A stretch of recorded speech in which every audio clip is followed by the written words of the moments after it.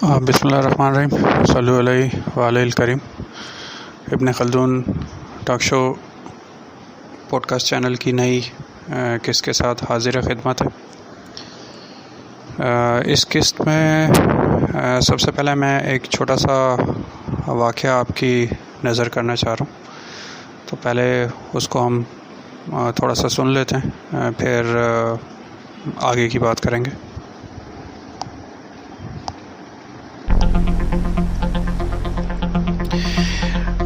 ये वाक़या इस तरह है कि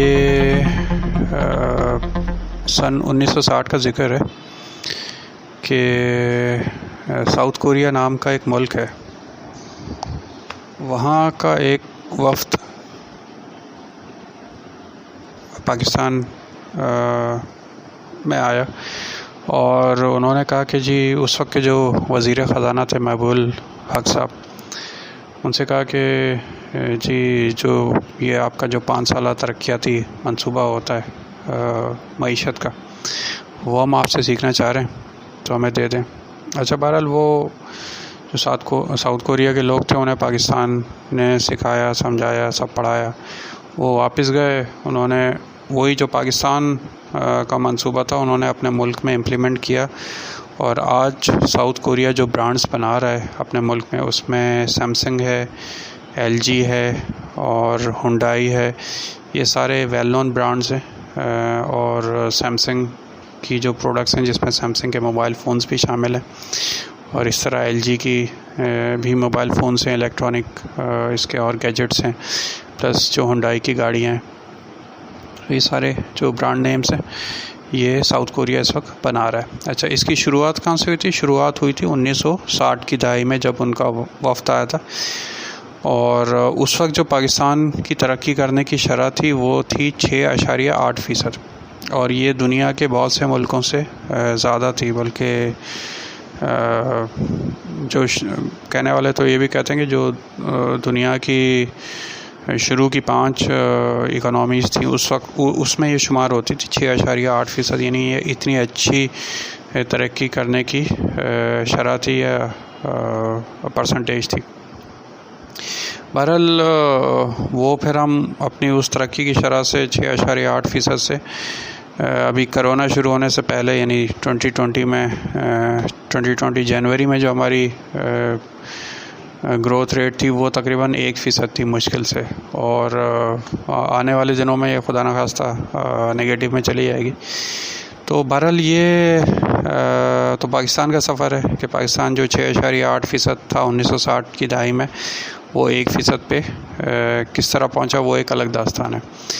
अच्छा, साउथ कोरिया ज़ीरो से लेके सैमसंग, LG और हुंडई तक कैसे पहुंचा, वो एक अलग दास्तान है। वो प्लान हमसे ही लेके गए, लेकिन हम अपना प्लान खुद इम्प्लीमेंट नहीं कर सके, और इम्प्लीमेंटेड था हमारे पास, लेकिन हम उसे कंटिन्यू नहीं कर सके। अच्छा, बहरहाल उस ज़माने में एक साहब होते थे जिनका नाम था हबीब जालिब। अब ये और हबीब जालिब की एक नज़म मैं आज पढ़ने जा रहा हूँ। तो हबीब जालिब जो नज़में लिखा करते थे ये 1960 की दहाई में लिखा करते थे। अच्छा, अब 1960 की दहाई का जो मैंने ज़िक्र किया है आपसे, वो इसलिए किया है कि ताकि हमें ये अंदाज़ा हो सके कि पाकिस्तान की मईशत कितनी अच्छी थी और उस वक्त पाकिस्तान के हालात कितने अच्छे थे। और हबीब जालिब साहब जो नज़में लिखते थे वो सिर्फ इसलिए लिखते थे कि माशाल्लाह लगा हुआ था, यानी डेमोक्रेसी नहीं थी, सही। तो मईशत बहुत बेहतर थी, यानी आज के मुकाबले में मईशत 10 टाइम्स बेहतर थी। अब पाकिस्तान में ये कि जमहूरियत है 1988 से लेकर आज तक, एक्सेप्ट फॉर 6-7 साल बीच के जो गुजरे, अदरवाइज़ जमहूरियत है। और हबीब जालिब बहरहाल हमारे दरमियान नहीं है। तो हबीब जालिब की मैं एक नज़म पढ़ने जा रहा हूँ जो कि उन्होंने 1960 में लिखी थी, जब मईशत बहुत अच्छी थी और माशी हालात बहुत बेहतर थे आज के मुकाबले में। अच्छा जनाब, तो उसे शुरू करते हैं।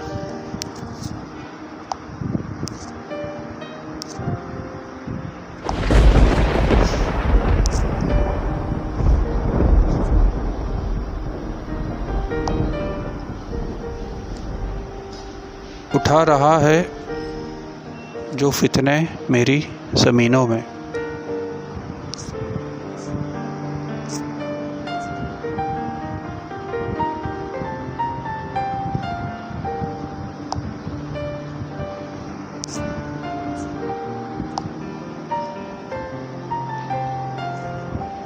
माफ़ कीजिएगा। उठा रहा है जो फितने मेरी ज़मीनों में, वो सांप हमने ही पाला है आस्तीनों में। उठा रहा है जो फितने मेरी ज़मीनों में, वो सांप हमने ही पाला है आस्तीनों में। अब पता नहीं है सांप को और उसके पता नहीं आल औलाद को भी दूध हो सकता है पिला रहे हो, ये उसका दूध का तो जिक्र नहीं किया, सिर्फ पहला शेर है। कहीं से जहर का तरियाग ढूंढना होगा, कहीं से जहर का तरियाग ढूंढना होगा, जो फैलता ही जा रहा है सीनों में, जो फैलता ही जा रहा है सीनों में। किसी को फ़िक्र नहीं कौम के मसाइल की, किसी को फ़िक्र नहीं कौम के मसाइल की। रिया की जंग है बस हाशिया नशीनों में, रिया की जंग है बस हाशिया नशीनों में। रिया कहते हैं दिखावे को या दिखलावे को, और हाशिया नशीन कहते हैं उन लोगों को जो आपस में एक साथ बैठते हों और फिर ये बताते हो कि भाई हम आपस में लड़ रहे हैं, लेकिन वो अंदर से सब एक ही होते हैं।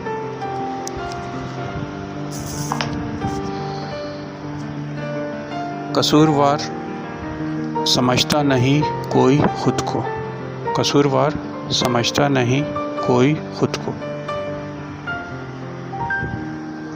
छिड़ी हुई है लड़ाई मुनाफिकीनों में, छिड़ी हुई है लड़ाई मुनाफिकीनों में।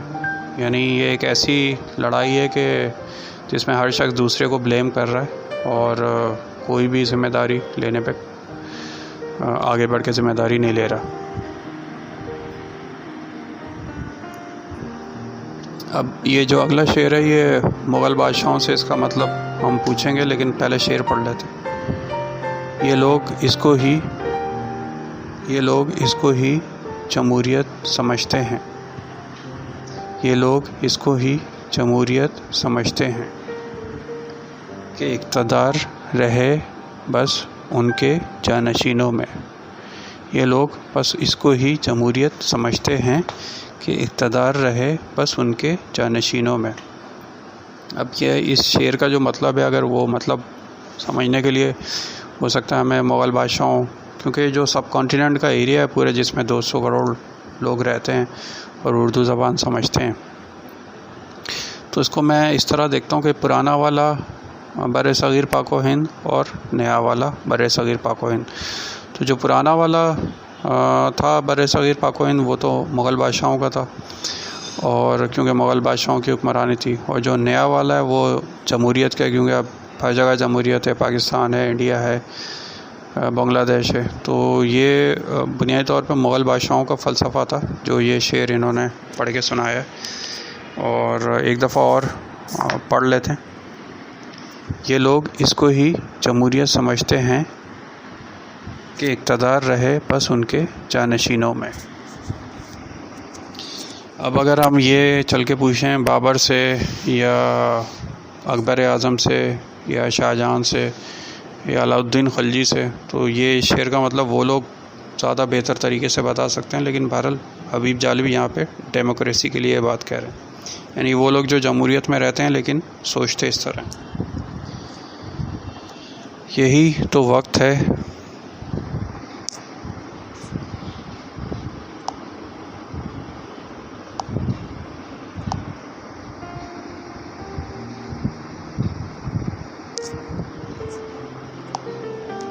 यही तो वक्त है आगे बढ़ो खुदा के लिए, यही तो वक्त है आगे बढ़ो खुदा के लिए।